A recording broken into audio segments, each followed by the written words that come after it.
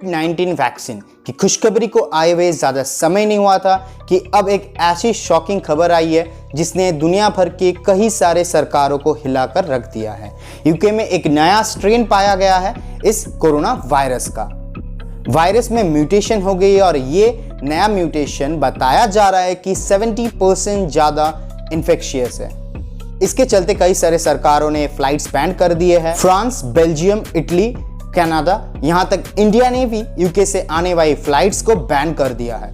लेकिन सवाल यह है कि जो नया स्ट्रेन है वो कितना ज़्यादा डेडली है, कितना ज़्यादा खतरनाक है पुराने वाले कोविड-19 वायरस से। वैक्सीन इस नए स्ट्रेन पर इफेक्टिव होगी या नहीं।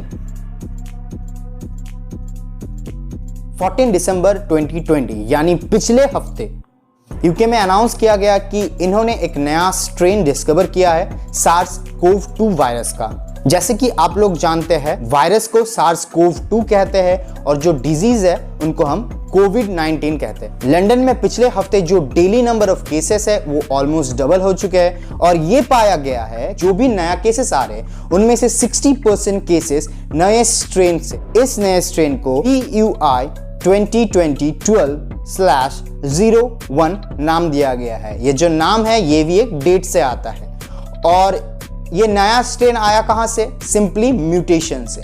म्यूटेशन सुन के आपको एक्समैन की फिल्में या फिर ऐसे कई सारे म्यूटेंट फिल्में याद आएंगे जिनमें म्यूटेंट्स को बहुत ज़्यादा बढ़ाया चढ़ा के दिखाया जाता है। लेकिन इन रियलिटी म्यूटेशन एक ऐसी चीज़ है जो हमेशा रहती है हर लिविंग ऑर्गेनिज्म में, जानवर में, इंसानों में, पेड़ पौधों, इवन वायरस में भी।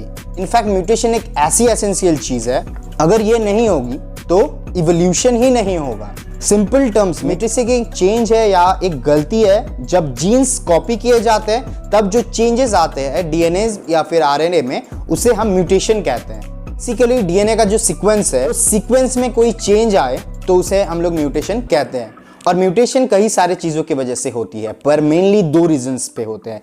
पहला रीजन है एनवायरमेंटल रीजन। आपके पास के एनवायरनमेंट में कुछ चेंजेस आती है, यानी मान लीजिए जैसे कि न्यूक्लियर रेडिएशन आपके सेल्स में म्यूटेशन कर सकती है या फिर अल्ट्रावायलेट रेज। दूसरा रीजन म्यूटेशन के पीछे है रिप्रोडक्शन। जब भी कोई लिविंग ऑर्गेनिज्म रिप्रोड्यूस करता है तो म्यूटेशन होता है। डीएनए को कॉपी करते वक्त कुछ ना कुछ गलतियां हमेशा होती है और कई बार ये गलतियां अच्छी चीजें होती है और कई बार ये बुरी भी हो सकती है। यहाँ पर में जितना भी लिविंग ऑर्गेनिज्म है सबकी इवोल्यूशन के पीछे म्यूटेशन का हाथ होता ही है। मोस्टली म्यूटेशन डिसएडवांटेजियस और यूजलेस ही होती है। अब आते हैं हम लोग कोविड-19 के केस में। कुछ वायरस में डीएनए के जगह में आरएनए होता है। SARS-CoV-2 वायरस में भी एक आरएनए है। आरएनए सिंगल स्टैंड होता है और डीएनए डबल स्टैंड होता है। तो रिप्रोड्यूस करते वक्त आरएनए में गलती होने के चांसेस बहुत ज्यादा होता है, बहुत पॉसिबिलिटीज उसमें ज्यादा हो जाती है। इसीलिए आरएनए वायरस में म्यूटेशन ज्यादा देखने को मिलता है डीएनए वायरस से। यूके के जेनेटिक स्पेशलिस्ट ने बताया है कि SARS-CoV-2 वायरस में ग्लोबली हर महीने 1 या 2 म्यूटेशन हो ही रही है। इस यूके वाली म्यूटेशन में हमें कुछ लार्ज चेंजेस भी देखने को मिले हैं। इनमें से एक बड़ा जो चेंज है वो बताया जा रहा है कि जो वायरस होता है उसमें जो स्पाइक्स होते हैं उसमें चेंजेस पाए गए हैं। इन स्पाइक प्रोटीन के बढ़ने के चलते ह्यूमन बॉडी से बहुत जल्दी ये कांटेक्ट में आ सकता है। इसका जो बाइंडिंग प्रोसेस है वो बहुत जल्दी हो जाएगा। लेकिन सबसे बड़ा और इम्पोर्टेंट सवाल यहाँ पर ये खड़ा होता है जो नया स्ट्रेन आए वो कितना ज्यादा डेडली है। इंग्लैंड का चीफ मेडिकल ऑफिसर ने कहा है कि अभी तक ऐसा कोई भी एविडेंस नहीं है जो प्रूफ कर सकता है कि ये ज्यादा डेडली है पुराने वाले वायरस से। अगर हम लोग पास्ट को देखें तो पास्ट में जब भी कोई भी वायरस म्यूटेट किया है अपने आप को तो उन्होंने अपना इन्फेक्शियस पावर तो बढ़ा लिया है लेकिन डेडली कम हो चुका है वो। अगला इंपॉर्टेंट सवाल है कि क्या वैक्सीन काम करेगी इस नए वाले स्ट्रेन पर। तो यहां पर भी दोस्तों एक अच्छी खबर है।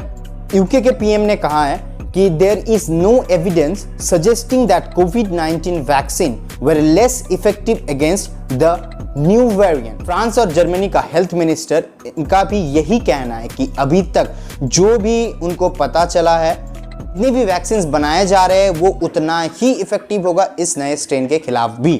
कुछ साइंटिस्ट यहाँ पर कंसर्न्ड है, उनका कहना कि अभी तो शायद ये काम कर जा रहे हैं लेकिन टाइम के साथ साथ जितना ज़्यादा टाइम बढ़ेगा वायरस उतना ही जल्दी म्यूटेट अपने आप को कर लेंगे और उससे एक दिक्कत हो सकती है, उससे वैक्सीन शायद काम ना करे। इन सिनेरियो पे हम लोग एक टर्म यूज करते हैं जिसको कहते हैं वैक्सीन एस्केप। यानी वायरस में इतने सारे म्यूटेशंस हो गए कि वैक्सीन उस टाइम में काम करना बंद कर दे सकता है। तो इन रीजंस के कारण और मोस्ट इंपॉर्टेंटली ज़्यादा इंफॉर्मेशन ना होने के कारण दुनिया भर के कई सारे सरकारों ने ड्रास्टिकली कुछ मेजर सीरियस स्टेप्स उठाए, जैसे कि यूके में emergency lockdown, India, Belgium, France, Italy, Austria, Canada, Germany, ये सब यूके से आने वाली फ्लाइट्स को बैन कर दिया है। कुछ सवाल खड़े होते हैं सरकारों के लिए कि कब तक ऐसे इमरजेंसी लॉकडाउन या फ्लाइट बैन से काम चलेगा, और इससे क्या होता है कि कंट्री का जो इकोनॉमी है, जो फंक्शनिंग है, वो धीरे धीरे स्लो हो जाता है। So if you think this video is informative, share this video with your friends. Pandemic of fear को हम रोक सकते हैं, फेक न्यूज को फैलने से हम रोक सकते हैं, विश्वास कर सकते हैं, सोशल डिस्टेंसिंग को बरकरार रख सकते हैं और मेडिकल प्रोफेशनल को हम सपोर्ट कर सकते हैं, क्योंकि आपको सही इंफॉर्मेशन देने से और फेक फियर से दूर रखने में मुझे फर्क पड़ता है। अगर आपको वीडियो इन्फॉर्मेटिव लगा है और पसंद आया तो आप लाइक बटन को प्रेस कर सकते हैं। ऐसे ही इन्फॉर्मेटिव वीडियोस को और देखने के लिए आप हमारे चैनल को सब्सक्राइब कर सकते हैं। नए वीडियोस के अपडेट्स आप तक पहुंचाने के लिए आप बेल बटन भी दबा सकते हैं। मिलते हैं नेक्स्ट वीडियो पर, तब तक के लिए जय हिंद।